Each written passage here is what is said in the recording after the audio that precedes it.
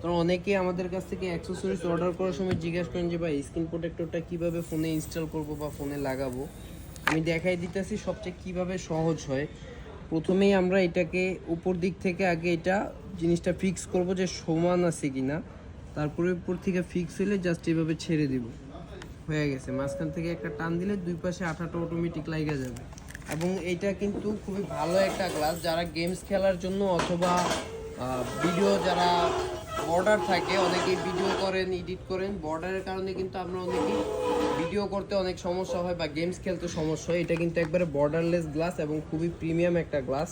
এটা কিন্তু গেমস খেলার জন্য খুব ভালো। যারা গেমস খেলার জন্য নিতে চান তারা কিন্তু এই স্ক্রিন প্রোটেক্টরটা নিতে পারেন। এটা কিন্তু আমাদের কাছে আইফোনের সকল মডেলের জন্য অ্যাভেলেবেল আছে।